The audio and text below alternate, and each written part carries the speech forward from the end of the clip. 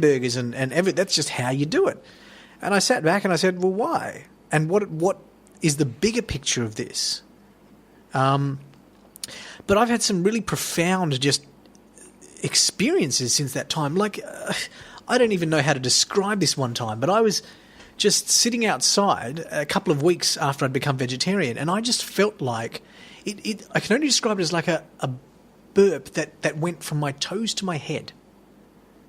And I knew that was almost like the animal spirit. Yeah. Like, that's the only way I can describe it. And people are going to go, oh, Cameron, you're such a kook, such a crazy nut. But no, that's the only way I can describe it, is I just released their energy back after turning vegetarian and it going, just my body processing it. I don't even know how to describe it. I can imagine, though. No, okay, here's when I first met you. I first met you on the beach down there at Currumbin Creek. Yeah, a couple of weeks ago. He's a fit guy with look at me, I'm constantly drinking beer. I eat ribs every Sunday. I eat good food, I really do, but I always have that stomach. Mm-hmm. So when I saw you, like, he's a radio guy, well dressed, there's no stomach on you. Is there not? Not at all. Not at all. I actually thought there's a cyclist. My gut thought was there's a cyclist. Uh-huh. You know, you meet guys that ride bikes all the time. They generally have your physique, like and what am I talking about now? So yourself, you wanted to be... Oh, yeah, no. So I'm finding now that I'm 44, turning 45. Mm-hmm. Why am I such a grumpy bastard? Like, maybe the things I eat daily are dragging me down a little. Well, if you eat well for a couple of days, and oh my God, I actually didn't eat that stuff for a few days, you kind of feel light. Next minute you're... It's surprising. It is surprising, like how... Excuse me. Bit of animal. No. No. Last chicken heart just getting out there. Oh, you're a cruel man, Drew. No. No, I found, like, so when I made the switch, which was, again, just about 2 months ago, I was thinking, you know what, this is going to be a challenge. Like, I mean, I love a mean steak. You know, I can't think of anything better than have a great steak on the barbie with Worcestershire sauce. Yeah. Oh, see, that's right. You know, but I thought, okay, look, I'm just going to try, and I'm going to watch myself, almost third person, just see, you know, how does my body react to not eating any meat. And surprisingly, it's been good. You know, it hasn't been a negative experience. I've been watching and going, am I running out of energy? Am I getting, you know, this? But it hasn't yet. So, you know, what I could encourage you is give it a shot. You know, like just go, you know what, like, for shits and giggles, let's see what it's like. What do you replace it with, though? Barbecue time. So barbecue time, you can you do roasted vegetables like mushrooms. If you're love them. Yeah, mushrooms on the barbie is incredible. You just have to think differently about what you prepare your food with. So yeah, roasted veggies. If you're not going completely vegan, you put a bit of cheese on it. You know, like eggs, you can dress it up nice. Yeah, have some eggs. And you just you know, to replace other meals, you'll have a lot more beans, a lot more sort of maybe stews and things like that. It's just a different style of cooking. I got in. We used to haven't answered the. We still haven't spoken about how you got into Radio at Darwin, but I love where we're going. My favourite podcast in the world is the Joe Rogan Experience, and of all the things he does, he for 1 week or 2 weeks of every single year, he'll go hunting with a crossbow. Okay. Right, where it's an actual challenge to get one big elk. It's a buck elk. I've listened to so many of these episodes where it's a male and it's in the rut season where they're fighting each other, and there's an overpopulated area where you're allowed to kill. So that one animal that he has to, you know, the elk doesn't even know he's there. That's half the thing with these elks, that they can't. If they smell you, they'll be gone. So just catching them. But they're a massive animal, the size of a small horse. That feeds his family for the entire year. Wow, yeah. Right, so it's turned my mind into like, okay, no, there is in this day and age, to do it that way isn't a bad way to be a carnivore. See, I understand that approach. See, I think if you can look an animal in the eye as you slit its throat, sure. by all means, you can eat it. Respect it. Some You've way. respected the fact that you killed it. You feel horrible about it by nature. Yeah. But it's the people who just go to the shops and grab, like a kilo of steak and like a kilo of chicken legs, not thinking, not connecting the fact of how that got to the plastic wrap. Like it's so, we've become so desensitized. Like if Joe Rogan, the fact I can respect that, if he can go out there and he shoots with his crossbow that animal, he goes up and he kills it himself with his own hands, and then eats it. You know what? That's entirely different to the other 90% of the population who don't. Yeah. In the Darwin, Kansas, on the same topic. Sorry to cut you off. Did the Aboriginal people? Mm-hmm. Is there anything that they around here on the Gold Coast? I had to actually actively search for what we can eat in the zombie apocalypse, like what like bush tucker, because bush tucker, because no one really taught us. No one kept any of the knowledge. It seems, but everyone knows there's pippies at the beach and there's this and that and we will. Do you all remember starve growing up to death if that happens? But what was it like in Darwin and Cairns, where there's visually, you can see some Aboriginal people every single day, Yeah. Look, I went out to Arnhem Land several times and hung out with the Aboriginal people out there. Went hunting with them. Finding bush tucker and stuff like that. So, the problem with that is that was so many years ago that if there was a zombie apocalypse and I was stuck up there, I would still be just as stuffed. Some white guy walking around the bush. It'd be very awkward. Camera, with the video camera. The batteries are gone flat. Good morning, Arnhem Land. Yeah, it's a whole new world up there as well, and it is wild up in the Northern Territory and in up in far North Queensland. I heard this cool one. Sorry, we still haven't got to it. Yeah. This really it explains a lot. Like what I recently read.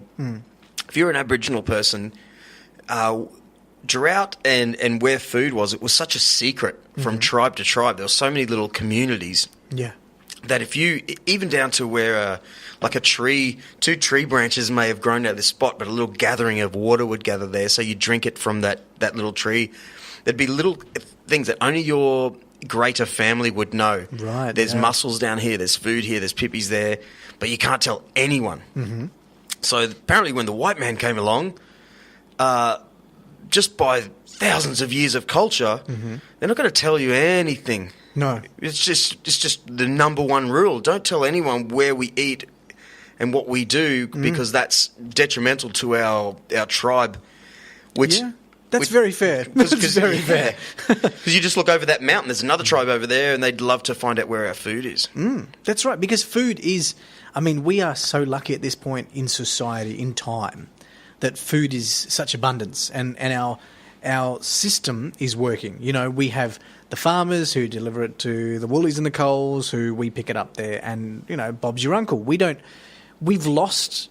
I know I've almost lost a lot of that gathering, growing mentality. If you asked me to grow food, I'd be very inadequate. So food scarcity, big issue, and you can appreciate that these Aboriginal people, that if they've got the secret spots where it's just enough food for them to survive, they're not going to tell you. No way. No, you keep that for when shit hits the fan and all of a sudden you have to survive by eating the foods that you've kept. Yeah. So tell me about how did you... Well, have you told me? How did it start in Darwin then? You've had too many beers, Drew, have you? I've had 1.5, but yeah. From Logan. In Darwin, like my first job, one of my first jobs ever was at the ABC up in Darwin. I was I was an assistant producer for the news. One of my favourite jobs ever. Like the news that you see go to air every night. Was it uni ABC. And stuff before that? Would you find your way? No, I did uni at the same time because I did work experience at ABC first and was offered a job where we put the news to air. And the greatest thing about the ABC, I love their absolute accuracy with time. The news will go to air at 7 o'clock to the second on their nuclear clock. Like it's not a second later. And I loved that pressure. It's about producing a bulletin, a news bulletin every night, 7 o'clock for half an hour, which is exactly 30 minutes to the second, That was a great challenge, and I helped to put it to air for years and got experience behind the scenes of the sport and the current affairs of the ABC, so I had a great time there. But then thought, you know what, I'd like to be a journalist. Had dreams of working for CNN or BBC or something. Still could, maybe down the track.